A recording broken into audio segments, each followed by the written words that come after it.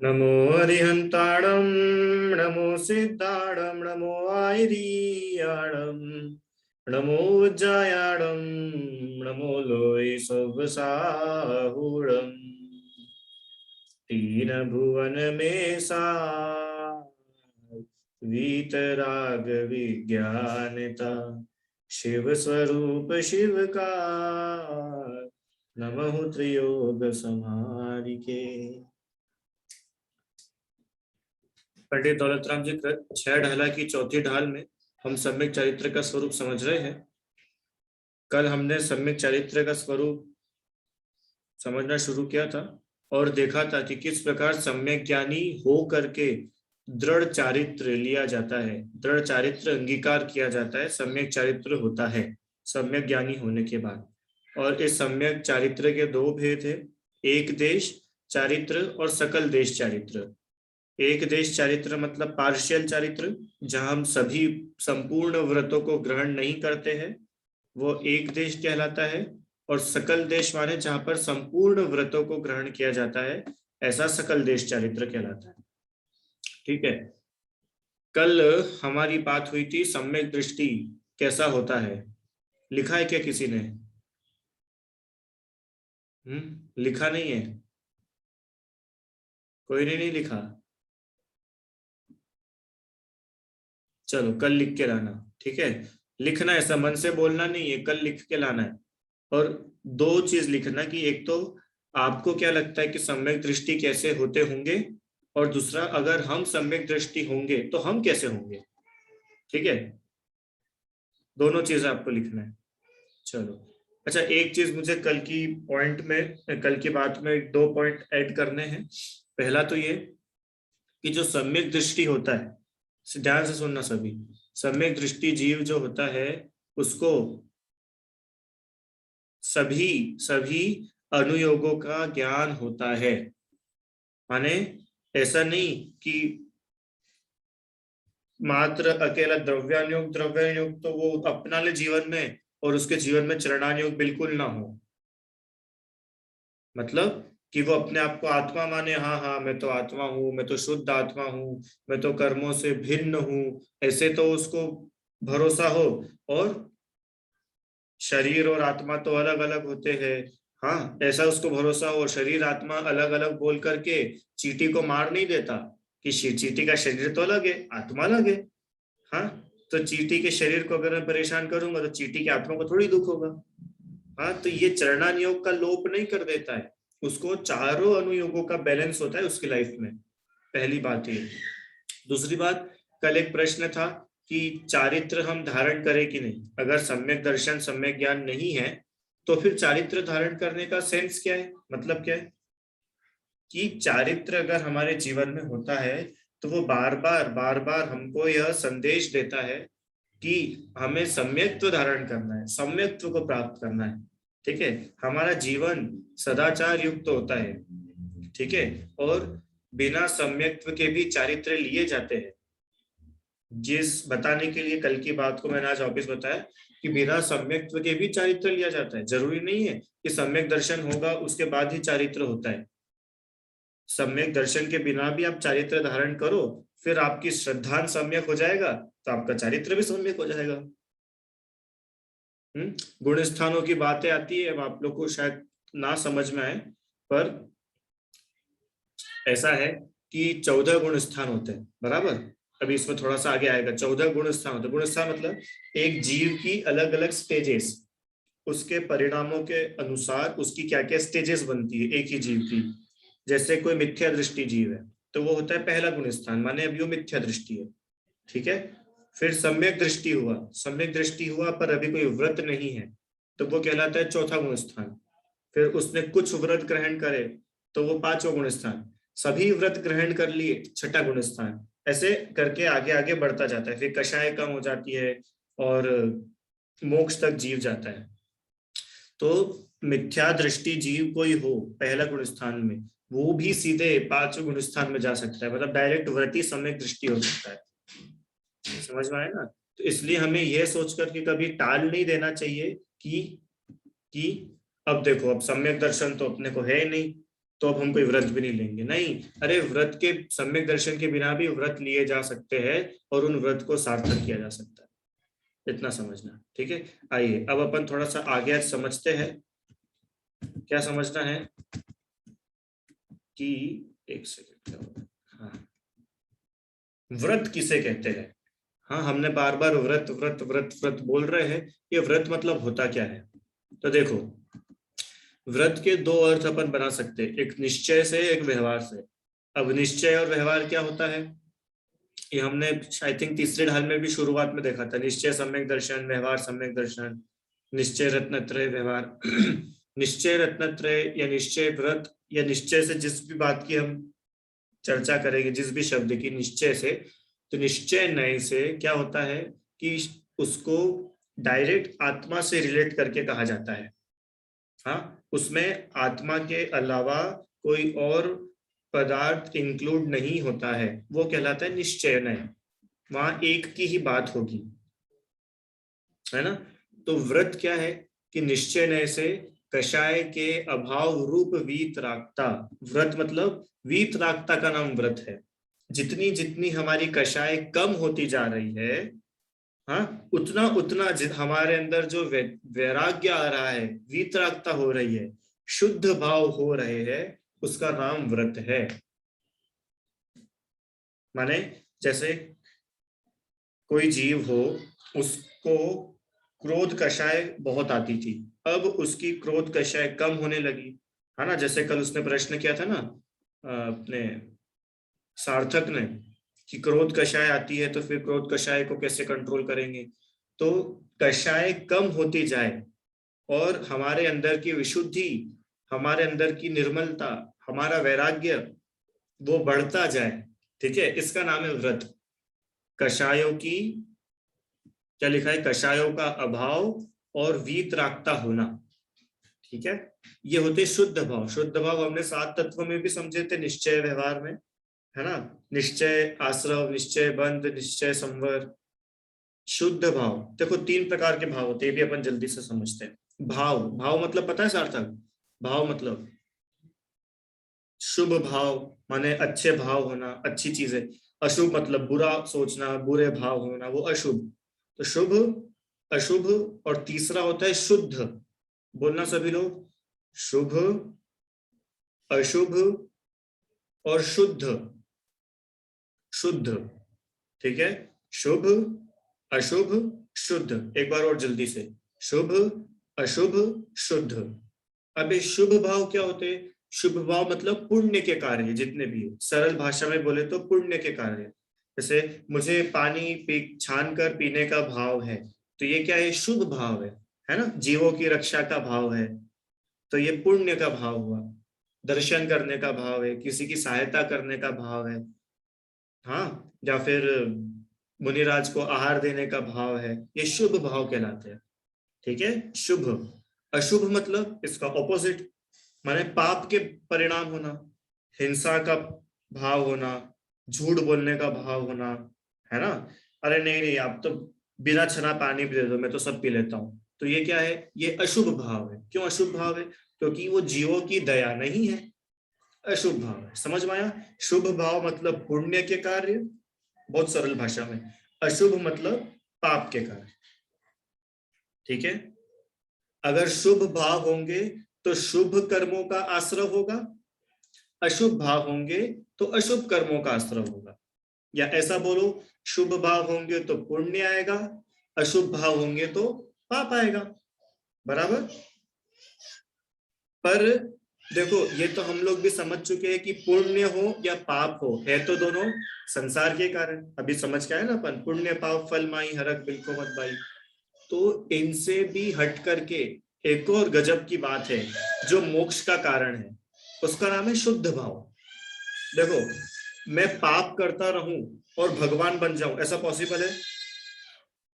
मैं पाप करता रहूं और भगवान बन जाऊं, कि नहीं, ये तो पॉसिबल नहीं। चलो दूसरी बात करते हैं, कि मैं सिर्फ पुण्य करता रहूं, सिर्फ पुण्य ही पुण्य करूं खूब सारा, तो मैं भगवान बन सकता हूं क्या, सार्थक बन सकते हैं। कितने लोगों को लगता है कि मैं ओनली पुण्य पुण्य करूं ढेर सारा, तो मैं भगवान बन जाऊंगा एक दिन।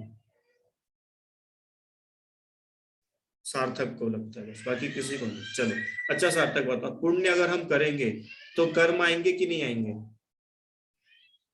पुण्य करने से कर्म आएंगे कि नहीं आएंगे? तो कर्म अगर आ रहे हैं तो क्या हम भगवान बन जाएंगे? भगवान बनने के लिए कर्मों को बुलाना जरूरी है कि भगवान बनने के लिए कर्मों को भगाना जरूरी है? कर्मों को भगाना जरूरी है। पर अगर हम कर्मों को बुलाएंगे ही, भले ही वो अच्छे कर्म भी क्यों ना हो, है तो कर्म ही, वो संसार में घुमाने वाले। तो पुण्य करते करते भी भगवान तो नहीं बन सकते। हाँ, इतना जरूर है कि पुण्य करते करते आपको अच्छी गति मिलेगी, आप चक्रवर्ती बन सकते हो, है ना, आप राजा बन सकते हो, आप धनवान बन सकते हो, इतना जरूर है। पर आप सिर्फ पुण्य, मैंने भी एक वर्ड यूज करा है, सिर्फ पुण्य, ओनली पुण्य, मतलब मैं कोई आत्मा का ध्यान नहीं करूं, मैं ना अपने आप को शुद्ध आत्मा अनुभव करूं, मैं तो सिर्फ पुण्य के काम करूंगा, तो ऐसा करने से 3 काल में कोई भगवान नहीं बन सकता, मात्र पुण्य कर करके। तो भगवान बनने के लिए एक परिणाम और है जिसकी बहुत ज्यादा जरूरत है, उसका नाम है शुद्ध परिणाम। तीसरे नंबर का शुद्ध परिणाम। शुद्ध परिणाम क्या होते हैं? शुद्ध परिणाम मतलब जो ना पुण्य है, जो ना पाप है, जो ना शुभ है, जो ना अशुभ है, माने ऐसे परिणाम, ऐसे भाव जिनकी वजह से हमें ना पुण्य होता है ना पाप होता है। तो ऐसा कुछ हो सकता है कि सार्थक, कि मैं ऐसा कुछ कर रहा हूं जिससे मुझे ना पुण्य का बंध होता है ना पाप का बंध होता है? हाँ, तीसरा परिणाम है ना शुद्ध परिणाम। वो क्या है? आत्मानुभवन, आत्मा का अनुभव करना। जो हमने पढ़ा था ना, आप रूप को जान पनो सम्यक ज्ञान कला है, आप रूप में लीन रहे फिर सम्यक चारित सोई, ये निश्चय, ये शुद्ध परिणाम, और ये ही वास्तव में मोक्ष के कारण है। बराबर, निश्चय रत्नत्रय। ये ऐसी तो पता है गाथा लिखी है प्रवचन सार जी में, 10 नंबर 11 नंबर, 2 गाथाएं हैं, कुंद कुंद आचार्य ने लिखा है ऐसा, जो मैं अभी आपको बता रहा हूं। क्या? असुहोद एण आदा पुनरो तिरियो भवीयणेरइयो दुख सहस्य हिम सदा अभिदुदो भमदि अच्युतम।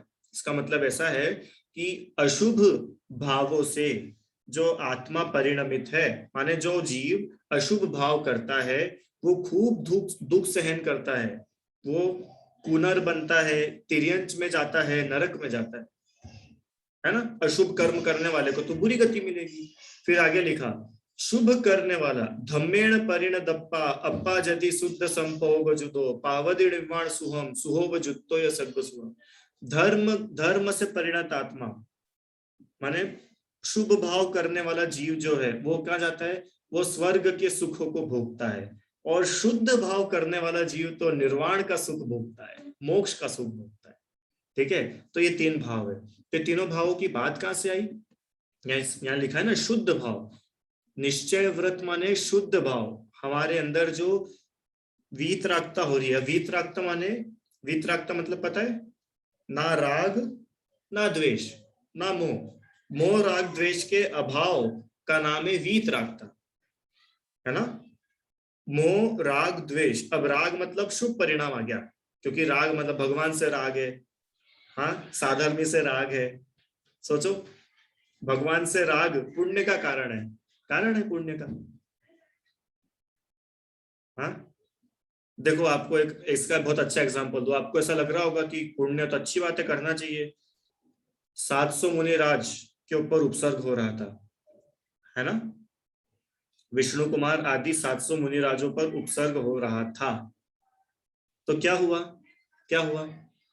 कौन से मुनिराज ने उठ करके दूसरे मुनिराज की हेल्प करी? हाँ, नहीं करी। क्यों? अरे वो अपने शुद्ध भावों में थे, शुद्ध भावों को छोड़ करके कोई शुभ भावों में क्यों आएगा? आपको पांडव मुनिराज की कहानी पता है? देखो 2 मिनट में बताता हूँ। पांडव, पांडव का नाम पता है ना? 5 पांडव थे, नकुल, अर्जुन, भीम, युधिष्ठिर और सहदेव, है ना। अब इन 5 में से 3 का तो हुआ मोक्ष और 2 गए हैं स्वर्ग में।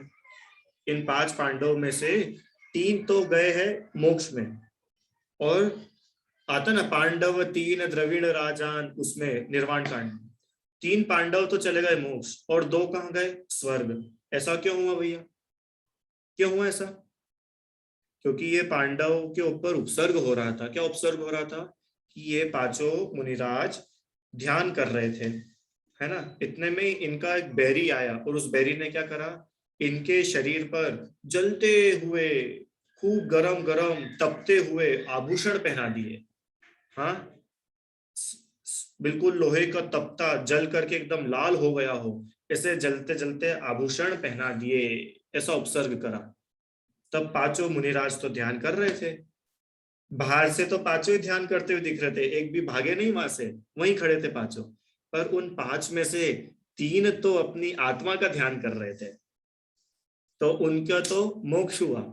और 2 मुनिराज जो थे वो क्या कर रहे थे? कि जिसने उपसर्ग करा उसके लिए बुरा सोच रहे थे? कि नहीं, बुरा नहीं सोच रहे थे। वो जो 2 मुनिराज जो थे ना, वो अन्य 3 मुनिराजों के लिए सोच रहे थे कि अरे हम तो सहन कर रहे होंगे, ये 3 मुनिराज कैसे सहन कर रहे होंगे, इन्हें कितनी पीड़ा हो रही होगी। मात्र इतना उन्होंने विचार करा था और फल में क्या हुआ? कि उनका मोक्ष रह गया, उस स्वर्ग में चले गए, स्वर्ग में चले गए, मोक्ष रह गया। ये मैं आपको क्यों बताया? ये अंतर है शुभ परिणाम में और शुद्ध परिणाम। अब समझ में आया डिफरेंस? बेसिक डिफरेंस है ये, कि शुभ परिणाम कितना ही अच्छा हो, मुनिराज की रक्षा का भी क्यों ना हो, पर वो उस शुभ परिणाम ने आत्मा से बाहर निकाल दिया, इसका मतलब अब मोक्ष रह गया। और वहीं 3 मुनिराज अपनी आत्मा में लीन थे। अरे उन्हें खुद के शरीर की चिंता नहीं थी, अन्य की तो छोड़ो, तो उन्हें निर्वाण हो गया, है ना। तो ऐसे जो शुद्ध परिणाम जो वीतरागता बढ़ाते हैं, कषाय शांत करते हैं, हाँ, वे कहलाते शुद्ध भाव, वे निश्चय व्रत है।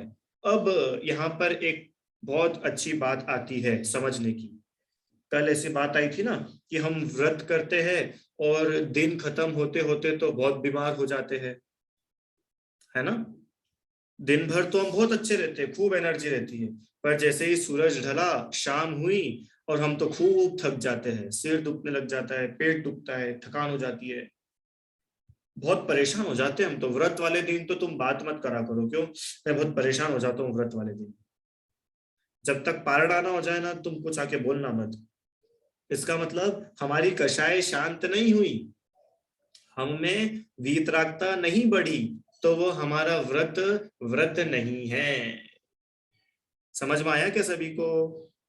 नीता, व्रत व्रत नहीं है। अगर जिस व्रत को करने से, व्रत मतलब कोई भी उपवास, नियम, साधना जो भी आप कर रहे हो, उसको करने से अगर हमारी कषाय बढ़ रही है, क्योंकि यहाँ पर क्या लिखा है? यहाँ पर तो लिखा है कषाय का अभाव। अभाव मतलब नष्ट होना। और यदि हमारी कषाय बढ़ रही है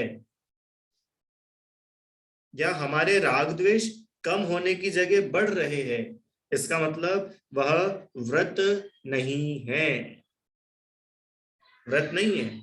अब कषाय में चारों लगा के देखो। क्रोध, क्रोध मतलब मम्मी का उपवास है और छोटे बच्चे जाके परेशान कर रहे, तो मम्मी ने बच्चे को लगाया एक चाटा खींच के, समझ नहीं आता, आज मेरा उपवास है ना, मैंने समझाया था ना, मेरे को परेशान मत करना, पहले ही मैंने सुबह से कुछ नहीं खाया है। तो ये क्या हुआ? ये क्रोध हो गया। हुआ कि नहीं क्रोध? ये व्रत नहीं है। कषायों का अभाव का नाम व्रत है। मान कषाय में लगाओ। अरे हमसे ज्यादा तपस्वी कौन हो सकता है?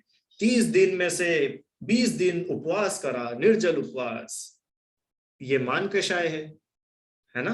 घमंड होना, खुद की तपस्या का घमंड। मायाचारी होना। अब मायाचारी कैसे करना? कैसे करना मायाचारी? कि अब अंदर अंदर तो बहुत भूख लग रही है, पर अब बोल तो सकते नहीं है, तो कोई भी आके पूछेगा और कैसे हो, साता है?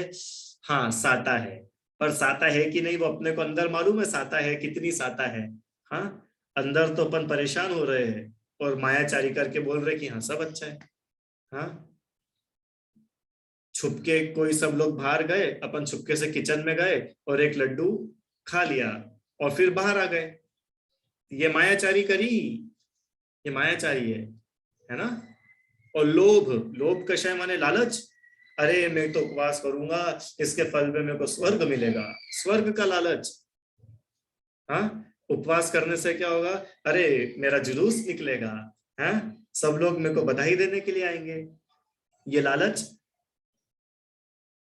तो क्रोध मान माया लोभ ये कषाय अगर हमारी बढ़ रही है तो वह व्रत नहीं है, ऐसा लिखा है आपके सामने। और जब निश्चय ही नहीं है तो व्यवहार क्या होगा? है, समझ में आया ना? निश्चय तो मूल है, ये नहीं है तो व्यवहार क्या होगा? शुद्ध भाव, राग द्वेष नहीं होना, वीतरागता होना। हाँ, अब वो बात अलग है कि जितनी वीतरागता भगवान की है उतनी मुनिराज की नहीं है, और जितनी मुनिराज की है उतनी अपनी नहीं है। पर जितनी अपनी हो सकती है एटलीस्ट उतनी तो अपनी हो। हमसे कोई ज्यादा एक्सपेक्टेशन है भी नहीं भगवान को या किसी को भी। इतना ही है कि भाई जितना आप कर सकते हो उतना तो आप करो, उसमें मायाचारी नहीं करो। आगे ये है निश्चय व्रत। और व्यवहार व्रत मतलब प्रतिज्ञा पूर्वक 5 पापों का त्याग करना। प्रतिज्ञा पूर्वक, क्या शब्द लिखा है? प्रतिज्ञा। प्रतिज्ञा मतलब पता है सार्थक? प्रतिज्ञा मतलब क्या होता है दिव्यांश? क्या होता है प्रतिज्ञा मतलब? प्लेज, प्लेज लेना है ना, प्लेज। स्कूल में आप करते हो ना प्रतिज्ञा, इंडिया इज माय कंट्री, बोलते हो कि नहीं? नहीं बोलते। हाँ, प्लेज लेना, प्लेज लेना मतलब नियम लेना, नियम लेना, नियम लेना। और भगवान के सामने, पंच परमेष्ठि के सामने, गुरु के सामने, किसी की साक्षी में कहना कि मैं इन सब का त्याग करता हूं, मैं 5 पाप का त्याग करता हूं, मैं नहीं करूंगा। प्रतिज्ञा पूर्वक, नियम होना, इसमें वर्ड है नियम। जब तक नियम आपने नहीं लिया है तब तक वो व्रत नहीं कहलाएगा। जैसे होता है ना कि नहीं हम आलू तो नहीं खाते पर हमारा नियम नहीं है, हम चाय तो नहीं पीते हैं पर हमारा नियम नहीं है। होता है ना ऐसा, क्यों? कभी कहीं चाय पीनी पड़ जाए तो, इसलिए अपन नियम नहीं लेते। इसका मतलब वो व्रत नहीं है ना? जैसे आप लोग उपवास भी करते हो तो सभी लोगों को पता है हम थोड़े थोड़े टाइम का नियम लेते जाते हैं कि अब 2 घंटे में चारों प्रकार के आहार का त्याग करता हूँ, अब शाम को 5 बजे तक सबका त्याग, अब सुबह सूर्योदय तक सबका त्याग। ऐसा करते हो ना, नियम, नियम लेते ना हम लोग बार बार, टाइमली नियम लेते। तो ये क्या है? प्रतिज्ञा करी हमने, प्रतिज्ञा, प्रॉमिस करा है, प्रॉमिस। समझ में आया ना? प्रतिज्ञा पूर्वक काय का त्याग करना है? 5 पापों का त्याग, 5 पापों का त्याग करना है। तो अपन तो कर ही नहीं सकते 5 पापों का त्याग, कि जितना हो सके उतना करना है, पर करना जरूर है। ठीक है? अब ये क्या है? ये शुभ भाव है। क्यों शुभ भाव है? क्योंकि अब यहाँ पर हम आत्मा से हट करके बाहर भी गए हैं। अब 5 पापों में मतलब किसी से झूठ नहीं बोलेंगे, किसी की हिंसा नहीं करेंगे, किसी की चोरी नहीं करेंगे, किसी को बुरी निगाह से देखेंगे नहीं। तो ये क्या हुआ? इसमें एक से ज्यादा इन्वॉल्व हो गए ना। देखो, निश्चय में तो क्या था? सिर्फ एक अहम, ओनली मी, सिर्फ मैं अकेला था। तो वो निश्चय कि भाई मैं अपनी आत्मा में ही लीन हूं, फिर कोई उपसर्ग भी करे, कोई उपसर्ग दूर भी करे, आई डोंट केयर। ठीक है? क्योंकि वहां तो ओनली मैं आत्मा एक। पर शुद्ध, ये शुद्ध था। अब शुभ भाव में क्या है? शुभ मतलब अब एक के साथ में और भी कोई इन्वॉल्व हो रहा है। जैसे अपन ने सम्यक दर्शन देखा था, तो निश्चय सम्यक दर्शन मतलब अपनी को आत्मा का श्रद्धान होना, वो निश्चय सम्यक दर्शन। पर व्यवहार में क्या था? व्यवहार में था निशंकित, निकांक्षित, निर्विचिकित्सा। हाँ, किसी से ग्लानि नहीं करना, सबके प्रति वात्सल्य रखना। तो उसमें आत्मा के अलावा और भी कोई इन्वॉल्व हो रहा है, वो व्यवहार। समझ में आया? तो ऐसा व्यवहार व्रत किसको बोलते हैं? व्यवहार व्रत, प्रतिज्ञा पूर्वक 5 पापों का त्याग करना, ऐसे शुभ भाव जो है वह व्यवहार व्रत कहलाते हैं। ठीक है? चलो आगे। अब व्रती के प्रकार। व्रती मतलब कौन? व्रत लेने वाला, जिसने व्रत लिया है वह व्रती कहलाता है। ठीक है ना? तो व्रत लेने वाले 2 प्रकार के होते हैं, एक तो अगारी और एक अनगारी। ये अनगार हम पढ़ चुके हैं। हाँ, मध्यम अंतर आत्म है जे देश व्रती अनगारी। पढ़ा था ना अपन ने तीसरे डाल में, अंतरात्मा। मध्यम अंतरात्मा, देशव्रती और अनगारी। अनगारी कौन होते हैं? मुनिराज, मुनिराज, है ना। और अगार, अगार मतलब गृहस्थ, अगारी माने गृहस्थ, और अनगारी मतलब जो गृहस्थ नहीं है, जिन्होंने घर का त्याग कर दिया है, ऐसे मुनिराज। अब यहाँ पर घर की बात है भाई, कौन सा घर? तो वहां पर एक शब्द पढ़ो, क्या लिखा है? भाव घर। ये भाव घर कौन सा है? क्यों? भाव घर क्या होता है? हमारा तो ये घर है। भाव घर मतलब क्यों मोक्षी? आपके पास भाव घर है क्या? अच्छा, आप हमारे घर का भाव पूछ रहे हो? अरे घर का भाव नहीं पूछ रहे, भाव घर। भाव घर मतलब गृहस्थी का भाव होना। अंदर में देखो, एक गरीब भी रहता है, भिखारी भी रहता है, जिसके पास में कोई घर नहीं, वो फुटपाथ पे ही सोता है। हाँ, उसके पास कोई छत नहीं है, वो ऐसे ही रहता है। तो क्या हम उसको अनगारी बोल सकते हैं क्या? उसको अनगारी नहीं बोलेंगे, क्यों? क्योंकि उसके अंदर अभी गृहस्थी का भाव है। वो चाहता है घर में रहना, उसके पास नहीं है वो अलग बात है, पर वो उसके अंदर भाव है। तो भाव घर माने गृहस्थी के भाव के साथ हम और आप जैसे लोग, श्रावक, हम लोग गृहस्थ है, घर में रहते हैं, घर में रहने का भाव है, ठीक है।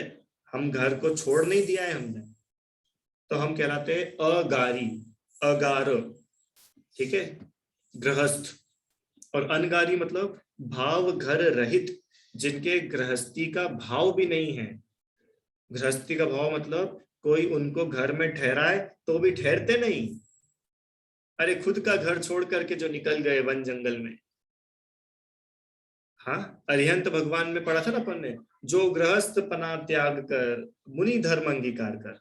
गृहस्थ पना, घर में रहने का भाव, वो कहलाते अनगारी। तो हम और आप कौन है, जल्दी बताओ, हम अगारी है कि अनगारी है? जल्दी से, 1 या 2। अनगारी की अगारी? हम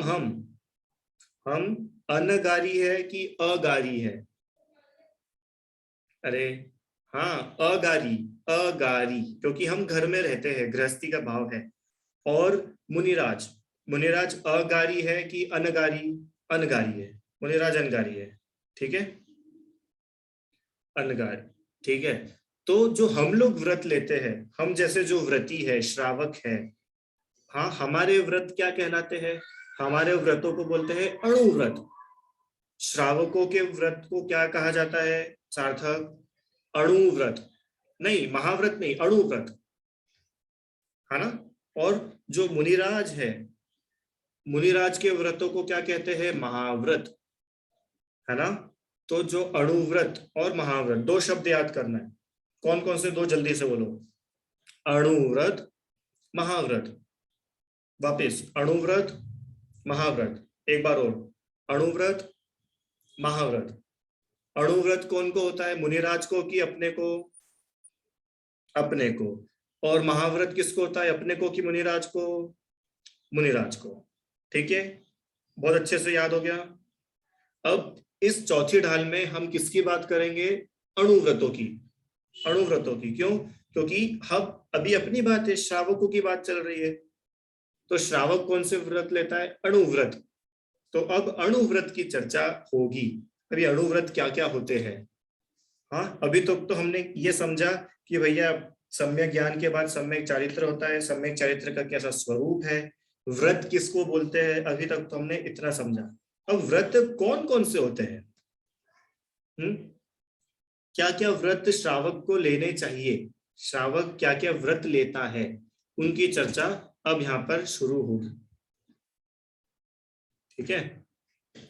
चलो, तो अब अपन श्रावक के व्रत पढ़ लेते 2 मिनट, क्योंकि श्रावकों की बात करनी है, श्रावक के व्रत, है ना। फिर उसके बाद कल पढ़ेंगे निश्चय व्यवहार वापस से। अब सरल है, श्रावक के व्रत है, तो श्रावक के निश्चय व्रत मतलब उसकी आत्मा में कितनी शुद्धि हो रही है, वो उसका व्रत है। उसकी आत्मा में कितनी शुद्धता बढ़ रही है। तब यहाँ पे लिखा है 2 कषाय के अभाव में। अब 2 कषाय, 2 कषाय मतलब कौन कौन सी 2 कषाय? क्रोध और मान, की माया और लोभ, की क्रोध और लोभ, कौन सी 2 कषाय? बताओ कौन बताएगा। श्रावक के पास दो कषाय नहीं होती है, लिखा है ना वहां पे, दो कषाय का अभाव। कौन सी दो कषाय की बात है आराध्या, बोलो। जो दो कषाय का अभाव है वो मुझे लगता है क्रोध और मान। क्रोध और मान, अच्छा गलत जवाब। बोलो मोक्षी। हाँ जी। बोलिए। अनंतानुबंधी हाँ। और प्रत्याख्यान शायद।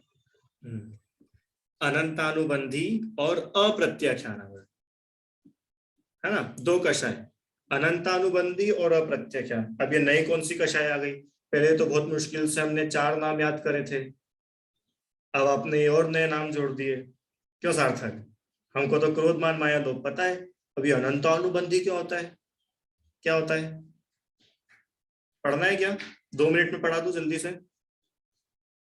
देखो, ये जो कषाय होती है, ये कषाय 4 टाइप की होती है। अनंतानुबंधी कषाय, अप्रत्याख्यानावरण कषाय, प्रत्याख्यानावरण कषाय और संज्वलन कषाय। कुछ भी समझ में नहीं आया,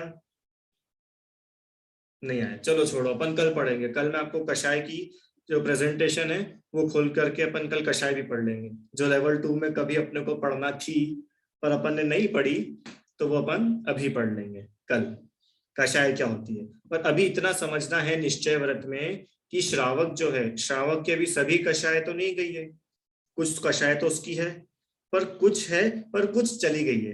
तो जितनी उसकी कषाय चली गई है, उतना क्या हुआ कि उतना उसकी आत्मा में विशुद्धि हुई है, उतनी उसकी आत्मा शुद्ध हुई है, बराबर है, उतना उसके परिणाम निर्मल हुए हैं। तो वो कहलाते हैं श्रावक का निश्चय व्रत। बहुत सरल है, जैसे अपन यहाँ पर बात करें, ये तो आपको समझ में आया था ना। अब श्रावक की बात करेंगे तो श्रावक की जितनी कषाय का अभाव होगा उतनी वीतरागता, और मुनिराज की बात करेंगे तो मुनिराज की जितनी कषाय का अभाव हुआ उतनी वीतरागता। अल्टीमेटली कषाय के अभाव से वीतरागता उत्पन्न हुई, कषाय के अभाव से मोहराग द्वेष का क्षय हुआ, पर कितनी कषाय मिटी, कितनी वीतरागता हुई, है ना। जैसे ये एक लेवल है, कितनी कषाय मिटी, कितनी वीतरागता हुई, कितनी कषाय मिटी, कितनी वीतरागता हुई। तो जितनी कषाय मिटी उतनी वीतरागता हुई, है कि नहीं। तो श्रावक की अगर 2 कषाय मिटेगी तो उसकी 2 कषाय जितनी वीतरागता होगी। मुनिराज की अगर 3 कषाय मिटेगी तो उनकी 3 कषाय जितनी वीतरागता हो जाएगी। अरिहंत भगवान की 4 कषाय मिटेगी, उनकी 4 कषाय जितनी वीतरागता हो जाएगी।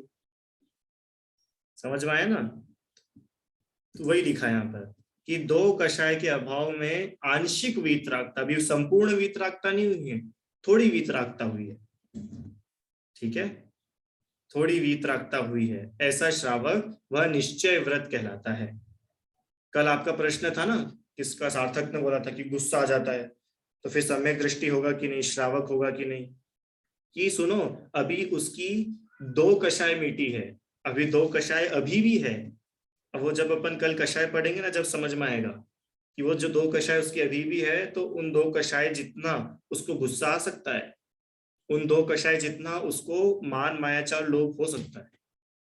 मुनिराज की 3 कषाय मिट गई है, 1 बची है, तो 1 जो बची है ना, उस 1 के जितना क्रोध मुनिराज को आता है, मतलब आ सकता है, कर सकते हैं। अब कल अपन समझेंगे कषाय का स्वरूप। और व्यवहार व्रत क्या क्या होते हैं। व्यवहार व्रत में त्याग किया जाता है, किसका त्याग किया जाता है, कि हिंसा आदि 5 पापों का त्याग किया जाता है, ठीक है। सभी पूरा त्याग कर देते कि थोड़ा सा त्याग करते हैं, थोड़ा त्याग करते, नहीं पूरा नहीं, थोड़ा। अभी श्रावक की बात चल रही है ना, श्रावक की बात, अणु व्रत, अणु मतलब छोटे, थोड़े, तो श्रावक ने भी 5 पापों का थोड़ा त्याग करा है,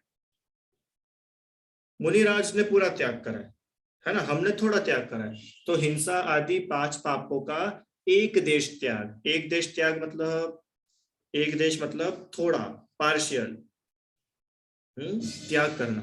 अब आपने कुछ छोड़ा है तो उसके बदले में क्या ग्रहण करा, कि हमने हिंसा छोड़ी तो अहिंसा ग्रहण करी, हमने झूठ छोड़ा तो सत्य ग्रहण करा। समझ में आया ना अरहम। हमने चोरी छोड़ी तो अचौर्य ग्रहण करा, हमने कुशील छोड़ा तो ब्रह्मचर्य ग्रहण करा, और हमने परिग्रह को कम करा तो परिग्रह का परिमाण करा। ठीक है, अब ये इनके बारे में अपन आगे पढ़ेंगे। चलो, अब कोई प्रश्न हो तो पूछो। यहां तक समझ में आया सभी को? सरल है। दो बातें अपन ने आज समझी, व्रत किसे कहते हैं और निश्चय व्रत क्या है, व्यवहार व्रत क्या है। अब इसी की चर्चा प्रारंभ होगी। ये देखो, ये पूरा चार्ट है ना, इस पूरे चार्ट की पढ़ाई अपन करेंगे अब इस चौथी ढाल में। अणुव्रत, गुणव्रत, शिक्षा व्रत, बहुत अच्छी चर्चा है, मजा आएगा पढ़ने में। चलो, अभी क्या प्रश्न है? बोलो आराध्या। मुझे ये बोलना है कि कल मैं एक प्रश्न पूछ रही थी पर मेरा माइक नहीं खुल रहा था, और आपने होमवर्क दिया था, मैंने होमवर्क किया है। क्या प्रश्न था आपका?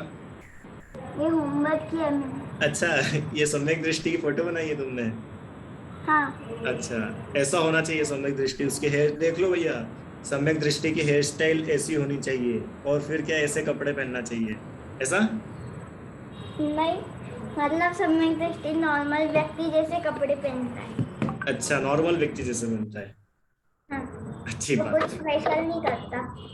कुछ स्पेशल नहीं करता, कुछ करता तो बहुत कुछ स्पेशल है, जब भी तो वो सम्यक दृष्टि है, पर स्पेशल दिखता नहीं है। अरे करता तो बहुत कुछ स्पेशल है, पर वो दिखता नहीं है कि अरे हाँ देखो सम्यक दृष्टि है। देखो मुनिराज है, तो मुनिराज को तो आप देख के पहचान जाते हो कि देखो मुनिराज है, पर सम्यक दृष्टि को अपन देख के नहीं पहचान सकते। क्यों? क्योंकि सम्यक दृष्टि की कोई यूनिफॉर्म नहीं होती, क्योंकि श्रद्धा है ना, श्रद्धा तो अंदर की होती है, बाहर से वो कैसा भी दिखे। बोलो, प्रश्न बोलो जल्दी से। और मेरा प्रश्न है कि कोई सम्यक दृष्टि कहीं जा रहा है और रास्ते में उसे गुरु मिला, गुरु ने बोला कि भाई मेरा पैर दुख रहा है, मेरा पैर दबा दो, तो क्या उसकी सेवा करेगा? अच्छी बात है। कुगुरु मिला और कुगुरु ने बोला कि मेरा पैर दुख रहा है, पैर दबा दो, सम्यक दृष्टि को सेवा करना चाहिए कि नहीं? क्योंकि वहां तो लिखा था जो कुगुरु कुदेव कुधर्म से, वो तो अनायतन है ना। बहुत अच्छी बात है। तो पहले हम ये देखेंगे कि वो सम्यक दृष्टि अभी किस भूमिका में। क्या वो सम्यक दृष्टि मुनिराज है, क्या वो सम्यक दृष्टि व्रती श्रावक है, या वो सम्यक दृष्टि अव्रती श्रावक है। तो आधी चीजें तो अपनी वहीं क्लियर हो जाएगी। पर अपन ने माना कि वो अव्रती श्रावक है, ठीक है। पर कोई व्यक्ति वास्तव में, अब पैर दबाना तो बहुत छोटी बात है, अब कोई बहुत ज्यादा हेल्प का जरूरत हो, एक्सीडेंट ही हो गया हो किसी का, अब बताओ उसको हॉस्पिटल लेके जाएगा कि नहीं जाएगा? उसका इलाज कराएगा कि नहीं कराएगा? बिल्कुल कराएगा। क्यों कराएगा? क्यों? उसके अंदर उसके प्रति दया का परिणाम है। हमने पढ़ा था ना अनुकंपा। अरे सम्यक दृष्टि को तो 6 काय के जीवों के प्रति दया होती है, नहीं पढ़ा था हमने? अनुकंपा, सभी जीवों के प्रति दया होती है। अरे सम्यक दृष्टि तो चींटी की भी रक्षा करता है, तो चींटी क्या सम्यक दृष्टि है? चींटी तो मिथ्या दृष्टि होती है। फिर रक्षा, सबका हेल्प हो, प्रेम भाव हो सब जीवों से, गुणी जनों में हर्ष हो, ठीक है। पर उसकी भक्ति पूजा नहीं करने लग जाएगा, उसकी हेल्प करेगा बस, भक्ति पूजा नहीं करेगा उसकी, ठीक है। अंतर है दोनों में। अरे आप अपने मम्मी पापा के पैर छूते हो, आप मुनिराज को प्रणाम करते हो, आप स्कूल के टीचर को प्रणाम करते हो, और दादा दादी को करते हो, सब में अंतर है कि नहीं है? सब में डिफरेंस है। ऐसा ही डिफरेंस सब में दृष्टि का रहेगा, ठीक है। बढ़िया, अच्छा प्रश्न है। चलो जिनवाणी स्तुति करते हैं, समय हो गया अपना थोड़ा ज्यादा। निज निधि निज में बताई यह अनंत उपकार है, इसके लिए जिनवाणी माँ को वंदना शत बार है।